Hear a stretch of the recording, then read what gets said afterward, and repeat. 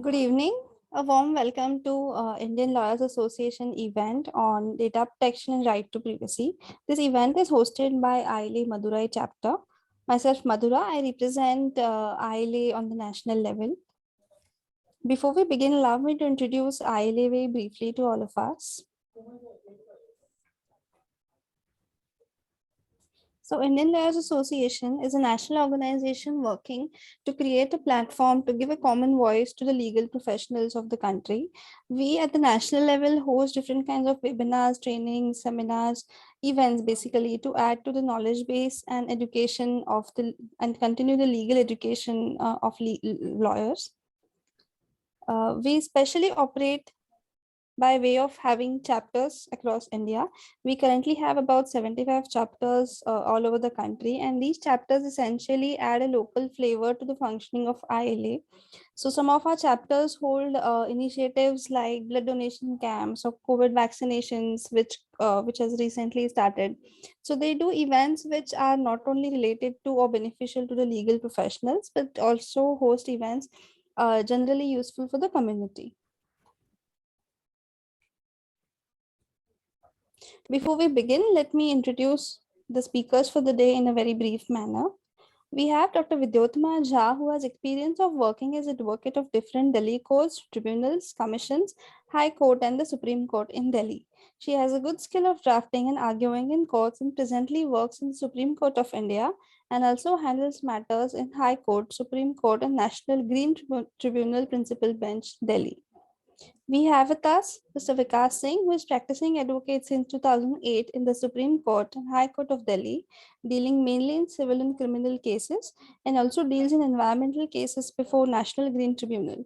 He is also a trained mediator in Supreme Court of India and joint treasurer of Supreme Court Young Lawyers Forum.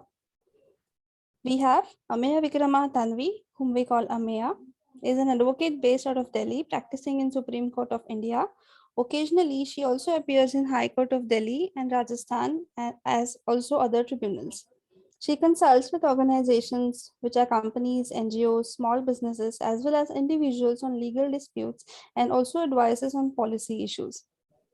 We welcome all three to present and are thankful to them for their time. I hand it over to Dr. Vidyotma to begin her presentation. Thank you, Madhura, and it's great being here again. And I'm really thankful to Mr. Dinesh for giving me this platform. So I think I'll right away start with the topic.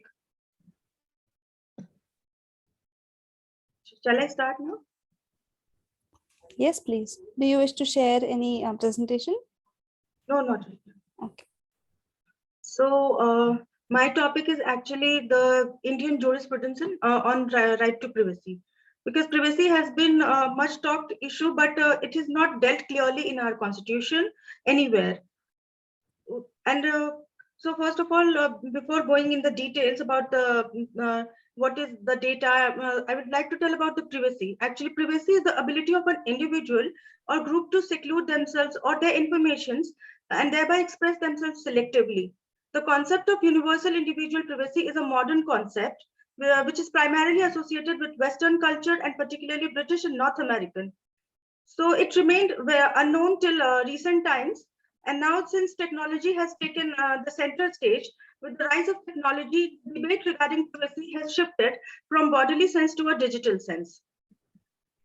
And if you go to the concept of data and thereby conjoining both the two, it's like data is a new currency in this newly advanced world. Section 2, Clause 1, subsection O of the Information Technology Act 2000 has defined data to mean a representation of information, knowledge, facts, concepts, or instructions which are being prepared or have been prepared in a formalized manner. It is intended to be processed, is being processed, or has been processed in a computer system or computer network, and may be in any form which includes computer printouts, magnetic or optical storage media, punched cards, punched tapes, or stored internally in the memory of the computer. So there are several methods by which we can actually store the data. So therein the concept of data is not only restricted to electronic information, it could be stored in a physical form on the piece of paper. So now relating both the two, like privacy and data, over the last couple of years, there has been a substantial increase in the amount of data that is generated through usage of various electronic devices and applications. Today's business derives a substantial value by analyzing the big data and often determine their business strategies based on these data and analysis. While there is no denying the business efficiency involved, the burning question is, do individuals have a control over the manner in which their information pertaining to them is accessed and processed by others? Privacy is the right to be left alone or to be free from misuse or abuse of one's personality. The right of privacy is the right to be free from unwarranted publicity and to live without unwarranted interference by the public in matters with which the public is not necessarily concerned. Thus, the right to privacy is not new, and invasion of right to privacy gives the right to the individual to claim tort-based damages. One of the first cases related to privacy was in the year way back in the year 1604. That was Simoni's case, in which it was related to the entry into a property by the sheriff of London in order to execute a valid writ. The concept of privacy further developed in England in the 19th century and has been well established in today's world. In case of Campbell versus MGN, the court held that if there is an intrusion in a situation where a person can reasonably expect his privacy to be respected, that intrusion will be capable of giving rise to liability unless the intrusion can be justified. Indian jurisprudence on right to privacy says that Article 21 of the Constitution of India provides that no person shall be deprived of his life or personal liberty except according to procedure established by law. However, the Constitution of India does not specifically recognize right to privacy as a fundamental right. Whether the right to privacy is a fundamental right or not was first considered by the Supreme Court in MP Sharma case, wherein the warrant issued for search and seizure under Section 94 and 96 Clause 1 of the Code of Criminal Procedure was challenged.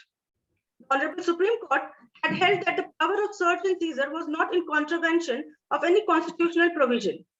Further, the Honorable Supreme Court refrained from giving recognition to right to privacy as a fundamental right guaranteed by the Constitution of India. Thereafter, in the case of Kharak Singh versus State of Uttar Pradesh and others, the matter considered by the Supreme Court itself was whether the surveillance by domiciliary visits at night against an accused would be an abuse of the right guaranteed under Article 21 of the Constitution of India, thus raising the question as to whether Article 21 was inclusive of right to privacy. The Honorable Supreme Court held that such surveillance was, in fact, in contravention to Article 21.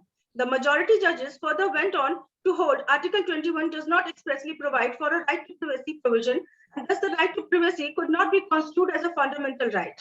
The Honorable Supreme Court further observed that the right to privacy is not a guaranteed right under our Constitution, and therefore the attempt to ascertain the movements of an individual, which merely is a manner in which privacy is invaded, is not an infringement of a fundamental right guaranteed by Part 3. However, the minority opinion by Honorable Mr. Justice Subbarao recognized privacy as an important facet of personal liberty.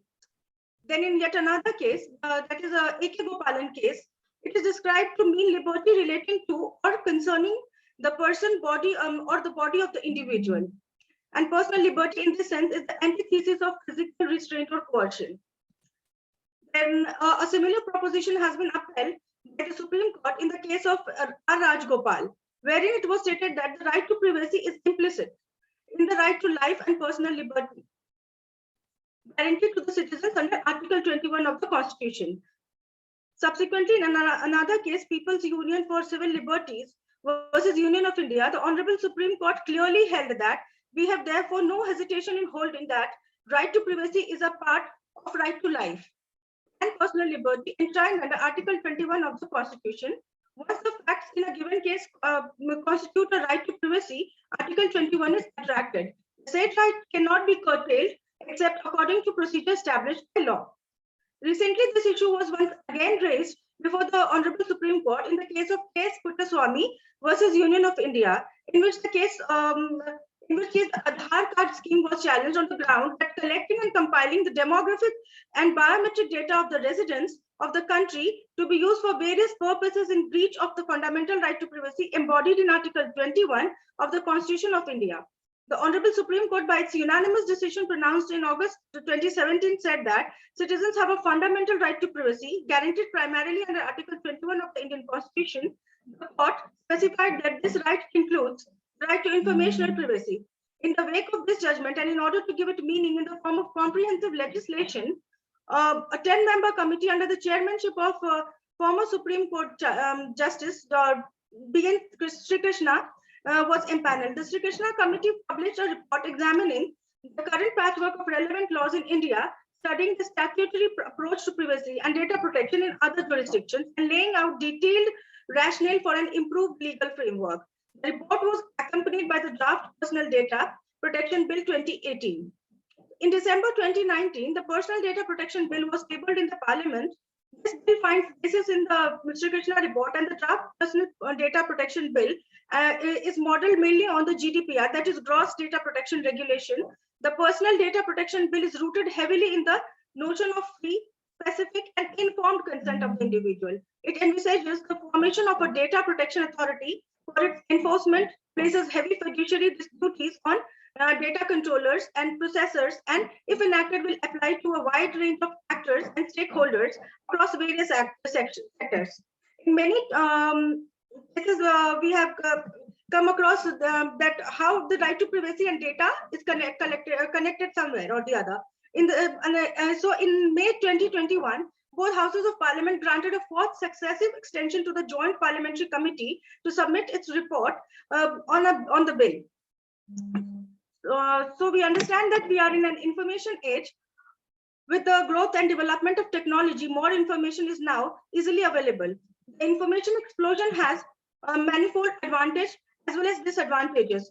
The access to information, which an individual may not want to give, needs the protection of privacy. The right to privacy is claimed for the state and non-state actors. Recognition and enforcement of claims for non-state actors may require legislative intervention by the state. Current issues, there are some current issues surrounding the data privacy. The Honorable Supreme Court has laid down threefold requirements for states' interference with the fundamental rights. While the state may intervene in the matters to protect legitimate state interests, there must be a law in existence to justify an encroachment on privacy, which is express requirement of Article 21 of the Constitution. The nature and content of the law which imposes the restriction must fall within the zone of reasonableness mandated by Article 14, and the means which are adopted by the legislature must be proportional to the object and needs sought to be fulfilled by the law. Therefore, going forward, any law which seeks to encroach upon the right to privacy of an individual would need to meet the test of proportionality and reasonableness. It will take few years before jurisprudence around what constitutes reasonable and proportionate state interference settles properly. The validity of Aadhaar scheme will now be tested on the basis of this judgment. It is often argued that India should adopt right-based data protection model as opposed to consent-based model. Under the consent-based model, the data controller is free to use, process, and share the data with any third parties once the consent of the user is obtained. However, not many are aware that the actual consequences of the indiscreet data sharing at the time of providing consent. So on the other hand, right-based model allows the users to have greater rights over his or her data while requiring the data controller to ensure that such rights of the users are not breached. This leads to greater autonomy of the users over their personal data. The decision of the Honorable Supreme Court empowers citizens of India to seek judicial relief in case of breach of data privacy rights. This could have an impact on the privacy and protection policies implemented by technological companies in India. The users can not only raise thought-based claims, but can also invoke their fundamental right to privacy. There are some concerns and difficulties which have come in the way of Indian legislature. Like, since India does not have a comprehensive data protection law till now, or you can say the mechanism has not yet developed properly, the main enactment that deals with protection of data is the IT Act and the Information Technology. The Information Technology Rules 2011, under the IT Act and the IT rules, what is primarily sought to be protected is personal information and sensitive personal data information. That is the information related to passwords, financial information such as bank account or credit card or debit card or other payment instrument details, physical, physiological and mental condition, sexual orientation, medical records and history, and biometric information. However, the information which is freely available in public domain is not considered within the ambit of sensitive personal data or information. Further, the provisions only deal with the collection and dissemination of information by a body corporate. In addition to these, there are some respective sectoral regulators prescribe the data privacy measures required to be undertaken. The telecommunication companies, banking companies, medical practitioners, insurance companies for protecting the privacy of data collected from the users and to avoid any unauthorized disclosure to third parties. Who can collect our data? Like under Rule 5 of the IT rules prescribes that no body, corporate, or any person on its behalf shall collect sensitive personal data or information unless the information is collected for a lawful purpose, connected with the function or activity of the body corporate. The collection of such information is considered necessary for that purpose. The duration of sensitive personal data or information cannot be retained for a longer period for which the information may lawfully be used. The provider of information at any time while availing the services or otherwise has the option to withdraw their consent if they have given it earlier. Such information cannot be disclosed to any third party. However, no such consent from the information provider is required where the information is shared with government agencies, if it is mandated under the law to obtain such information, including sensitive personal data or information for the purpose of verification of identity or for prevention of detection, investigation, including cyber incidents, prosecution and punishment of offenses. There are certain obligations of the employees in relation to the personal data collected from its employees. The employees routinely collect sensitive personal information of its employees, such as health records, financial information, etc. The employer stores such personal information on a computer resource. Such employer, if it is a body corporate, is required to have in place a comprehensive documented information security program and information security policies that contain managerial, technical, operational, and physical security control measures that are commensurate with the information assets being protected. Alternatively, the employers can implement international standards like ISO, IEC 27001 on information technology security techniques, information security management system requirements, etc. Further, under Rule 4 of the IT rules, employees being a body corporate who collects, receives, possesses, stores information of its employees is required to have in place a privacy policy of handling of or dealing in such personal information. The employer is further required to make the privacy available for the employees for their review and publish the same on its website. It is evident from above details, all the details that I have dealt with till now, that a comprehensive legislature regulating the collection and dissemination of personal data is a need of the hour. Recently, there is a case like when WhatsApp and Facebook merged. Facebook changed its privacy policy, and the users were put to notice that WhatsApp account information of users would be shared with Facebook. To improve Facebook ads and products, the use of WhatsApp on or before September 2016. In view of this development, Karmanya Singh Sareen and another filed a writ petition before the Delhi High Court contending that taking away the protection to privacy of data users of WhatsApp and sharing the same with Facebook was an infringement of fundamental rights of the users guaranteed under Article 21 of the Constitution. The Honorable Delhi High Court, while deciding upon the case, ordered that if users opt to completely delete the WhatsApp account, WhatsApp shall delete users' data completely from the servers and refrain from sharing users' data with Facebook. And so far as the users who opt to remain in WhatsApp are concerned, the existing information data details of such users up to September 2016 shall not be shared with Facebook or any one of its group companies. The court also directed the government to consider whether it is feasible to bring messaging apps like WhatsApp under some statutory regulatory framework. This decision has, however, been challenged before the Supreme Court, and the Supreme Court has observed that they should be careful. They should be careful to ensure that the contours of informational privacy are established while leaving the drafting to the legislature. In fact, the data security lawsuits brought since the judgment have exposed some of the most significant shortcomings of the new data protection system. So with the verdict Supreme Court on such cases and laws devoted exclusively to data security, it can be expected that India with the upcoming laws can make significant progress in data safety. Thank you so much. Thank you for having so much patience and bearing with me. Thank you, Dr. Vidyatma. Request Vikas sir to kindly present his insights on the topic. Yes. Thank you for the introduction, Madhura. Respected co-speakers, Dr. Jha and Ms. Thanvi, welcome all the attendees. I'm grateful that Mr. Dinesh has invited me to address on the topic, data protection and right to privacy. And I will address on data protection. So, data is an information that has been translated into a form that is efficient for movement or processing. Now, coming to personal data, includes data which pertains to characteristics, traits, or attributes of identity, which can be used to identify an individual collected online or offline. Their sensitive personal data includes financial data, biometric data, caste, religion, or political beliefs, or any other category of data specified by government in consultation with the authority and the concerned sectoral regulator.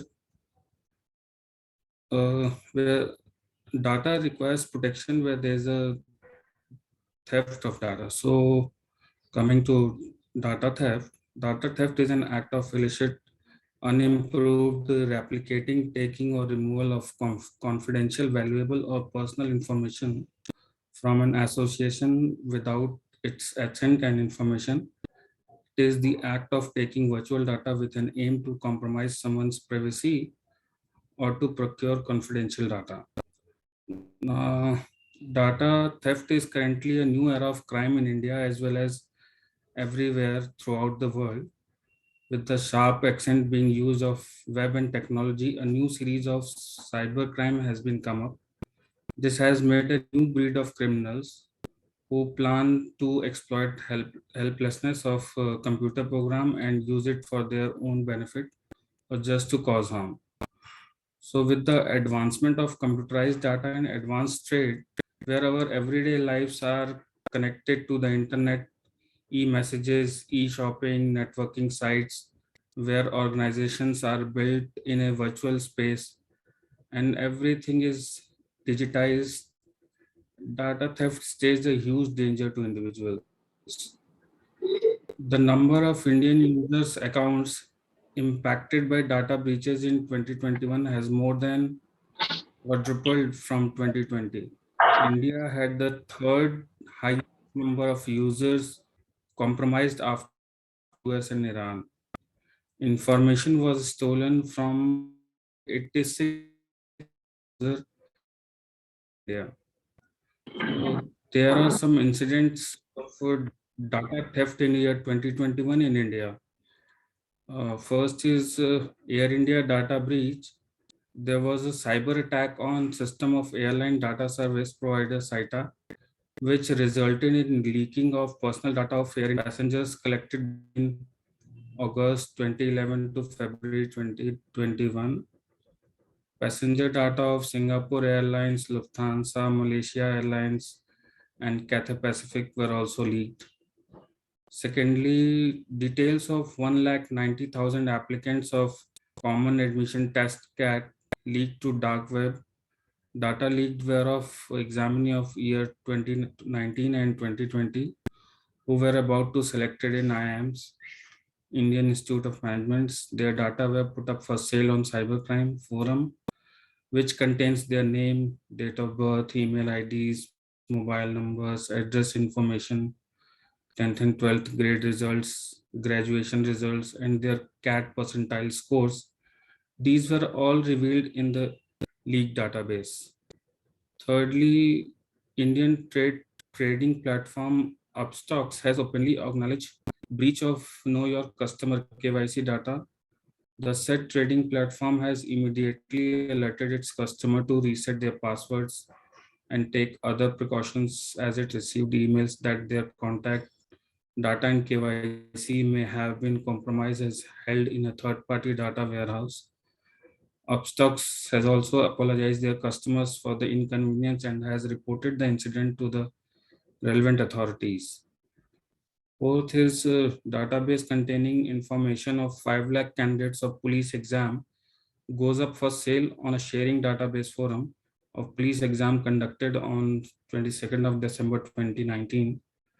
The information shared by the company shows that leaked information contained full names, mobile numbers, email IDs, etc., and criminal history of exam candidates.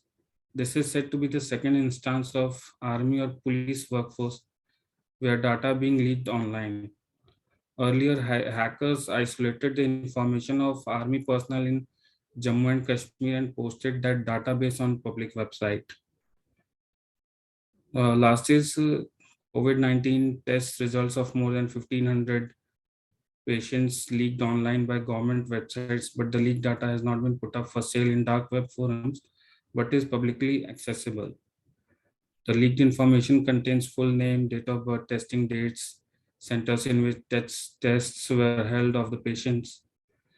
So, on all these incidents, a senior director of Trust and Security Agency reacted that this is a failure to educate and enable employees to make informed decisions on how to design, build, test, and access software and platforms that process and store sensitive individual records, and suggested that government ought to take quick measures to reduce the risk of similar breach from reoccurring and invest in a comprehensive information security program in partnership with trusted security platform providers.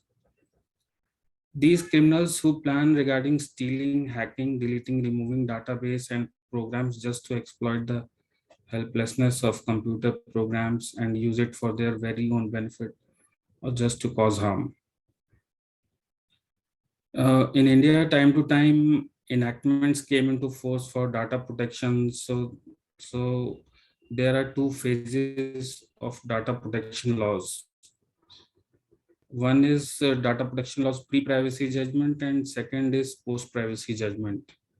When the IT Act 2000 came into force on October 17, 2000, all the laws and procedures in reference to the given act lacked the protection and provisions required to protect one's sensitive personal information provided electronically. This eventually led to the introduction of the Information Technology Bill 2006 in the Indian Parliament, which then introduced the Information Technology Bill 2006 in the Parliament, which then led the Information Technology Amendment Act 2008, whose provisions came into force on 27th October 2009. It inserted Section 43A and Section 72A, which give a right to compensation for improper disclosure of personal information. Then the Information Technology Reasonable Security Practices and Procedures and Sensitive Personal Data or Information Rules 2011. SPDI rules came into force on 11th of April 2011. The object of SPDI rules is sensitive personal data or information should also be collected for a lawful purpose connected with a function or activity of the body corporate or any person on its behalf, and the collection of data must be necessary for such purpose. Then India has introduced a biometric based unique identification number for residents called Aadhaar. Aadhaar is regulated by Aadhaar Targeted Delivery of Financial and Other Subsidized Act 2016, Aadhaar Act. And rules and regulation issued thereunder the Aadhaar Act came into force on 12th of September 2016. So these are data protection laws pre-privacy judgment. Then privacy judgment was delivered on 24th of August 2017 17. Finally, personal data is protected through indirect safeguards developed by the courts under common law, principles of equity, and the law of breach of confidence. In a landmark privacy judgment, the Supreme Court of India has recognized the right to privacy as a fundamental right under Article 21 of the Constitution as a part of right to life and personal liberty, and informational privacy has been recognized as being a facet of the right to privacy, and the court held that information about a person and the right to access that information all needs to be given the protection of privacy. The court stated that every person should have the right to control commercial use of his or her identity and the right of individuals to exclusively expressly recognize the right of individual over their personal data. After the Supreme Court's landmark judgment in the privacy judgment case, which held that privacy is a constitutional right, the mighty Ministry of Electronics and Information Technology formed a 10-member committee led by retired Supreme Court Judge B.N. Sri Krishna for making recommendations for a draft bill on protection of personal data. After working on it for a year, the committee submitted its report titled A Free and Fair Digital Economy Protecting Privacy, Empowering Indians, along with the draft bill on personal data protection. The revised Personal Data Protection Bill 2019 was introduced by Ravi Shankar Prasad, Minister for Electronics and Information Technology in the Lok Sabha on 11th of December 2019. Currently, the bill is being examined by 30-member team of Joint Parliamentary Committee and is asked to present its report. Now, the committee proposed a draft law, and Government of India has issued the Personal Data Protection Bill 2019 based on draft proposed by the committee. A joint parliamentary committee considered the PDP bill and a revised draft of PDP bill issued during year 2020. In May 2021, both houses of parliament granted a fourth successive extension to the joint parliamentary committee to submit its report on the bill. At present, parliamentary deliberation on the bill stands adjourned sine die. Recently, on 25th February 2021, the Ministry of Electronics and Information Technology released the Information Technology Guidelines for Intermediaries and Digital Media Ethics Code Rules 2021. These rules replace the Information Technology Intermediaries Guidelines Rules of 2011. So these are data protection laws post privacy judgment.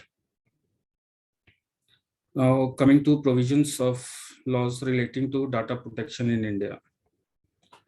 The Information Technology Act 2000 and the Information Technology Amendment Act 2008 contains provision for protection of electronic data. The IT Act penalizes cyber contraventions stipulated in sections 43A to H, which attracts civil prosecution, and cyber offenses is stipulated in sections 63 to 74, which attracts criminal action.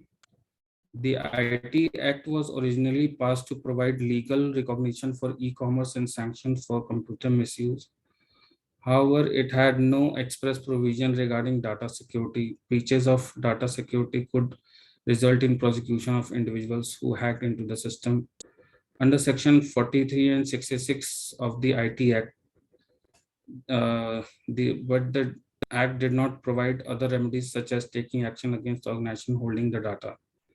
Accordingly, the IT Amendment Act 2008 was passed, which incorporated two new sections into IT Act, sections 43 and section 72A, to provide a remedy to persons who have suffered or likely to suffer a loss on account of their personal data not having been adequately protected. So there are provisions of fine and criminal liability provided in section 72A of the IT Act, which provides for imprisonment of up to 3 years and fine of up to 5 lakhs when there is disclosure of personal information in breach of a lawful contract or without consent. There is a provision of compensation provided in Section 43A of the IT Act, which provides that bodies, corporate, possessing, dealing with, or handling any sensitive personal data information in a computer resource owned, controlled, or operated by it would be liable to pay damages as compensation to affected persons if they are negligent in implementing and maintaining reasonable security practices and procedures to protect sensitive personal data information. Now, there are provisions of IPC under which individual can be prosecuted for data theft, like Section 378, theft of immovable property without consent of a person. Section 405, criminal breach of trust.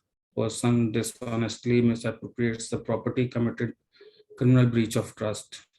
Section 408, criminal breach of trust by clerk or servant. Section 409, criminal breach of trust by public servant or by banker, merchant, or agent.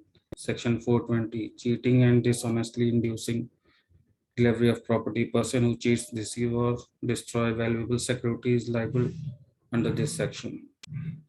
In these circumstances, where an assortment of offences are penalized by both the IPC and IT Act, despite the fact that components of two offences are the same, there are exceptionally unobtrusive contracts and punishments under these acts, explicitly in viewpoints like whether the offences are bailable or compoundable or cognizable. In the case of Gagan Harsh Sharma versus State of Maharashtra, certain individuals were accused of theft of data and software from their employer and charged under sections 408 and 420 IPC and also under sections 43, 65 and 66 of the IT Act.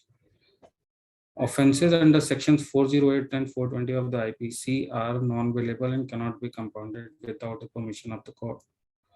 Offences under sections 43, 65 and 66 of the IT Act are compoundable and bailable.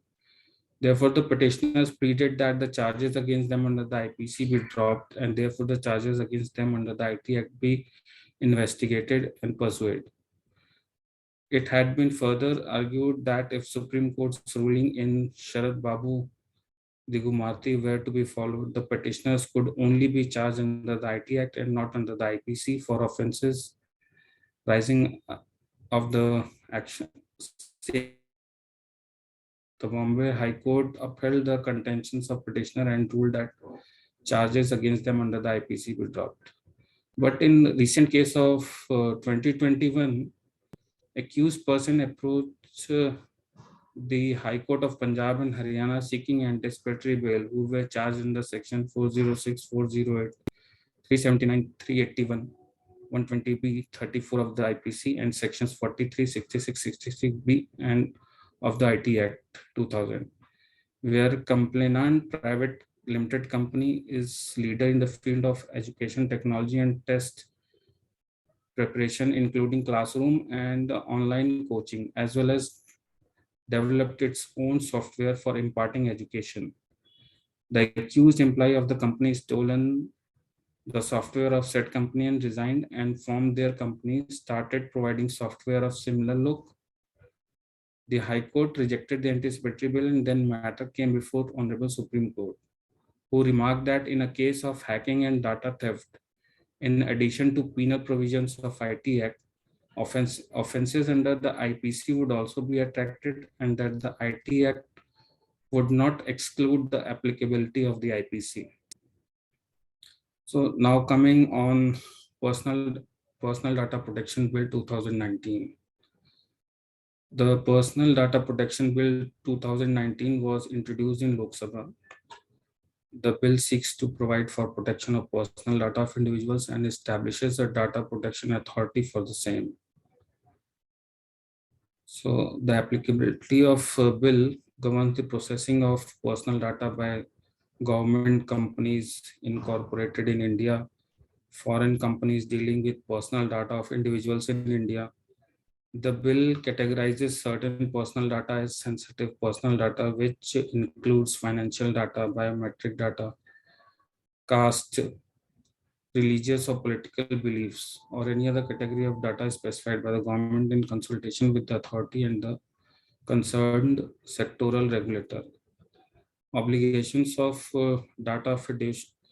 fiduciary. As per bill, all data fiduciaries must undertake certain transparency and accountability measures such as implementing security safeguards, instituting grievances redressal mechanism to address complaints of individuals. They must also institute mechanism for age verification and parental consent when processing sensitive data of the children. Rights of individuals. As per bill, rights of individuals are obtain confirmation from the fiduciary on whether their personal data has been processed, seek correction of inaccurate, incomplete, or out of date personal data, have personal data transferred to any other data fiduciary in certain circumstances, and restrict continuing disclosure of their personal data by a fiduciary if it is no longer necessary or consent is withdrawn. There are grounds for processing personal data. Personal data can be processed if required by the state for providing benefits to the individual, legal proceedings to respond to a medical emergency. However, in certain circumstances, personal data can be processed without consent. Social media intermediaries. The bill defines that include intermediaries which enable online transaction between users and allow for sharing of information. All such intermediaries which have users above a notified threshold and whose action can impact electoral democracy or public order have certain obligations, which include providing a voluntary user verification mechanism for users in India. There is a data protection authority. The bill sets up a data protection authority which may take steps to protect interests of individuals, prevent misuse of personal data, ensure compliance with the bill. It will consist of chairperson and 6 members with at least 10 years expertise in the field of data protection and information technology.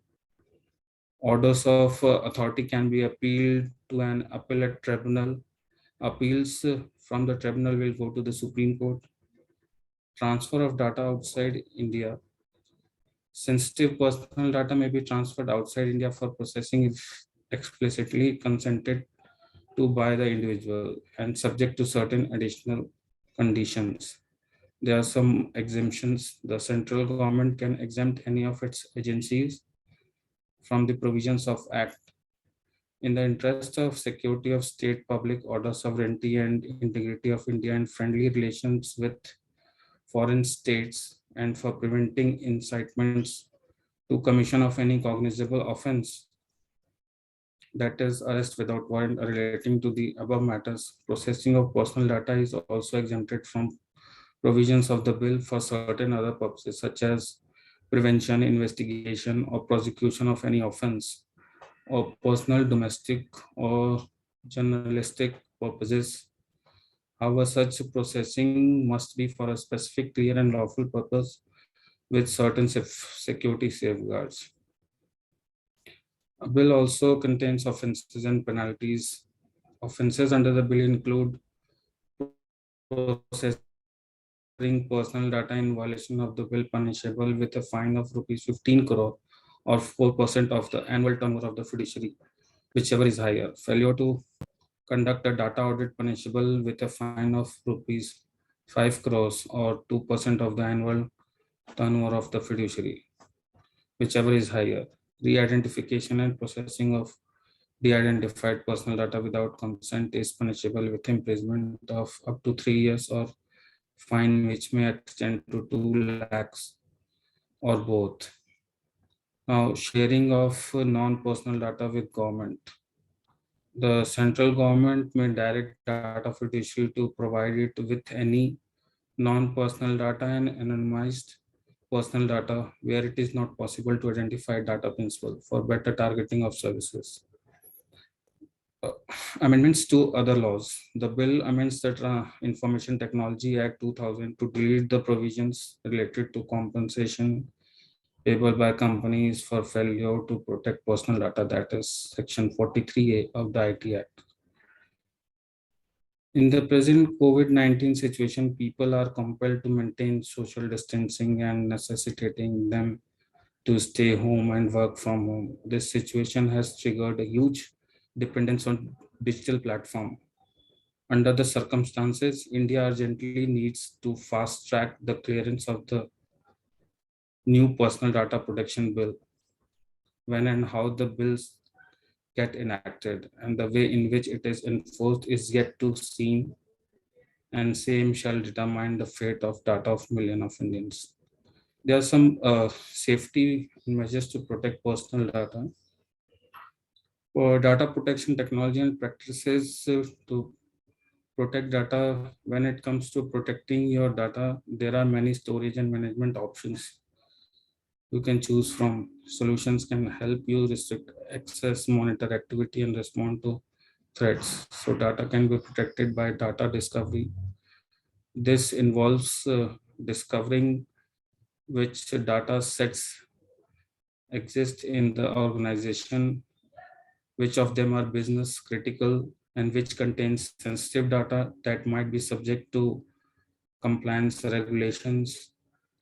By data loss prevention, a set of strategies and tools that can be used to prevent data from being stolen, lost, or accidentally deleted. Data loss prevention solutions often include several tools to protect against and recover from data loss. By storage with built-in data protection, modern storage equipments provides built-in disk clustering and redundancy. By backup, creates copies of data and stores them separately, make it possible to restore the data later in case of loss or modification. Backups are a critical strategy for ensuring business continuity when original data is lost, destroyed, or damaged, either accidentally or maliciously. By firewalls, utilities that enable you to monitor and filter network traffic. You can use firewalls to ensure that only authorized users are allowed to access or transfer data. By authentication and authorization, controls that help you verify credentials and assure that user privileges are applied correctly. By encryption, alters data content accordingly to an that can only be reserved with the right encryption key. Encryption protects your data from unauthorized access, even if data is stolen by making it unreadable. By endpoint protection, protects gateways to your networks, including ports, routers, and connected devices. Endpoint protection software typically enables you to monitor your network perimeter and to filter traffic as needed.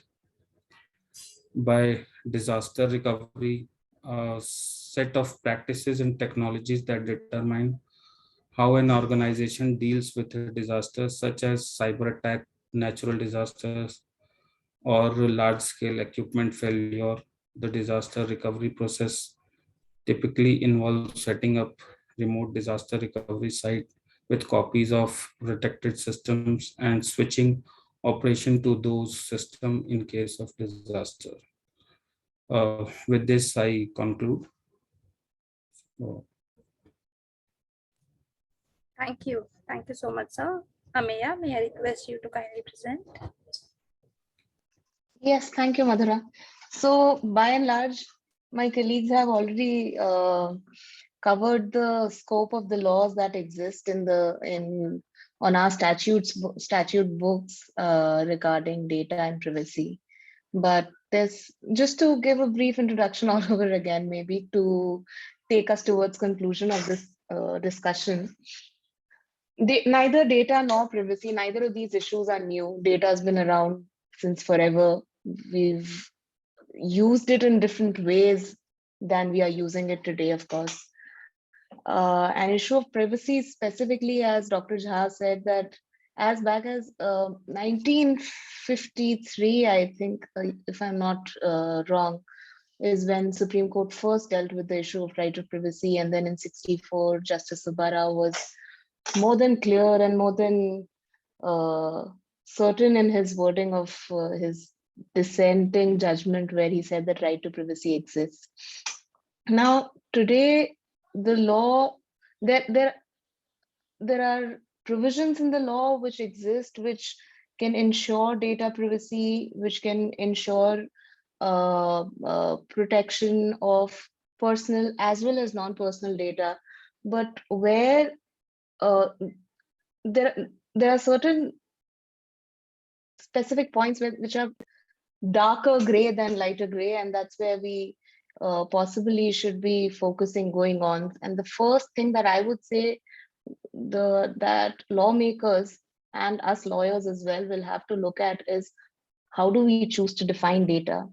Even within the law that exists, there are two definitions of data, one that's given in the IT Act and another that's there in the proposed PDP bill, the Personal Data Protection Bill.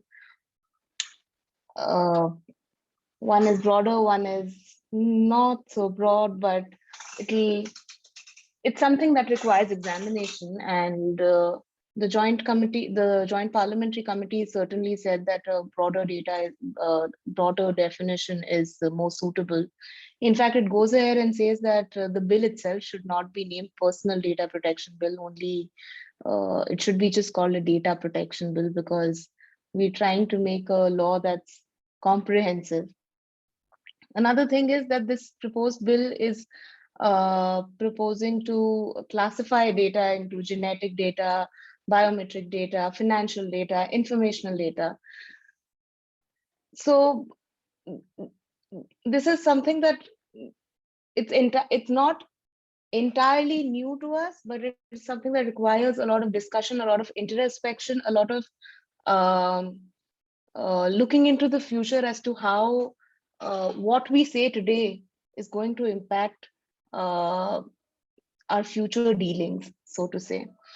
Another important issue that is on hand for that must be considered is, and which has really been focused on by the JPC again, is data localization. Now, the only reason I'm picking data localization is because every other point that exists has already been covered, and we're really falling short of time now. So I'll keep it brief. But data localization is a very, very important issue from the points of view of corporates and from the point of view of the government. Both corporates would, many an MNC would possibly not prefer their data to stay in a country with stringent laws, or it would prefer wherever it is incorporated. So for example, at the moment, your Facebook data is not located in India, it's located in some third country where, and although GDP with the EU's GDPR, there have been some stringent norms in place, but as of now, the Indian government has no control on it. And there's been a massive push for data localization, that the data that Indians are providing to these corporations should stay in India. Then again, the question is, how will you finally, preserve this data? This data is not, yes, it does not exist in the physical form of papers and files as it existed in the times before the so-called digital era. But nevertheless, the digital data is also supposed to be preserved somewhere, and it's going to raise ancillary concerns. For example, there are going to be concerns regarding your electronics law. There are going to be concerns regarding your environmental law, because this is bound to have impact there. Then there's going to be concerns about your ISI standards or other standards of devices that are going to be storing these data. And then there are going to be concerns about the exchange of this data. You cannot today get up and say that we are going to localize our data and we're not going to share it with anyone. Data is an asset, and for our own benefit also, it's essential that a copy exists, because if it's localized in one place, there's bound to be problem in case it gets deleted in one place, you have no copy. So that's one issue that has not been covered so far, and I thought I would pick that one up. Um, Apart from that, there's a question, there's the focus that now needs to be with regards data protection and right to data protection, particularly, I'd say, not so much as right to privacy, because right to privacy should eventually be looked as as an aspect of data protection itself, and we need to now adopt a right-based approach. There has to be a choice of opting in to what we want to share, to what we permit to be taken from us, and should also have the knowledge of for how long you're going to preserve this data that we're providing you. So again, the proposed bill does have some aspects on, it covers some base on for how long a corporate, or what the bill says data fiduciary is going to preserve the data for. What, however, falls short is that government has been given a lot of exceptions. And while corporates are sometimes the bad guys, governments cannot be given a complete free hand as to preserve your data forever, to take any kind of data for you. There needs to be, it is essential that in the interest of national interest, the government be given leeway to access more data than maybe a corporate body. But to that extent, there needs to be some regulations. There need to be establishment of authorities, independent authorities, judicial or quasi-judicial, that would determine, for example, in the case, we've always had phone tapping. Phone tapping, it's not an imperative. It's not something that government can just do. It needs some kinds of permission to undertake. And likewise, even for data, there needs to be some kind of a system where an independent body first authorizes the government, examines the issue and authorizes the government to collect and to preserve, and determines for how long this data ought to be preserved. So that is the one issue. That is another issue that was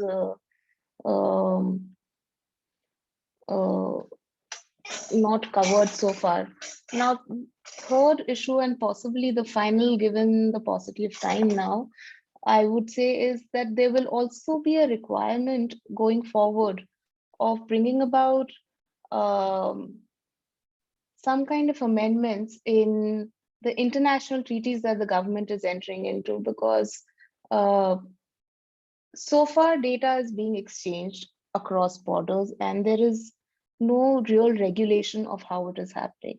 If specifically if we go ahead and decide to localize all the data, we build that kind of technology, that kind of infrastructure, governments are going to require to share data of their citizens for security reasons, for business reasons, and possibly for reasons that we cannot today imagine. And to that end, the government of India should specifically start looking into developing either new treaties or amending the existing ones on how we are going to be sharing the data going forward. Last, not the least important thing that I would leave everyone with to think about is a suggestion that the Joint Parliamentary Committee makes, which is that this bill ought to be not called, or the act as it will be, ought not to be called personal data protection, but general data protection bill. While it is one thing to say that we change the nomenclature, what also will then be required is if this becomes the General Data Protection Bill or Act, as it will eventually become, that there are these provisions of law that exist across statute books, and they will all then have to be collected, consolidated, and the other statutes amended. All of your IT Act will require amendment, your IBC will require amendment, your whatever other statute which your criminal law is going to definitely require some amendments with regards data breach, because today the provisions that exist in the IT Act, and the PDP bill also suggests some penal provisions. But then is this going to be the law that governs, or there's a process of completely jigging up the entire criminal law system, and there are committees in place which are considering reforms of criminal law or a complete overhaul. Maybe they will consider providing for data breaches and privacy breaches. But these are some of the issues and concerns that exist, and that still require addressing at policy as well as at jurisprudential levels, I would say. With that, I think I'll conclude for now. Thank you. Thank you so much, Ameya. Especially thank you for keeping it so much to the point and brief, yet conveying your message so well. With this, we come to the conclusion of this event. I request all our participants who are here on Zoom as well as on the Facebook Live to share with us any questions that they may have, either now, or they could just text. If on Facebook Live, they can put their questions in the comment box whenever they feel like. With this, we end today's event. There's an upcoming event happening tomorrow hosted by ILA Delhi chapter, which would be the discussion on budget, information for which would be shared on all ILA social media handles. Thank you so much. The recording of this event is there on Facebook as well as will be uploaded to the YouTube channel. Once again, thanks to all the speakers for sparing time and to the participants for a patient listening. Thank you Thank so you, much. Madhura, for having us.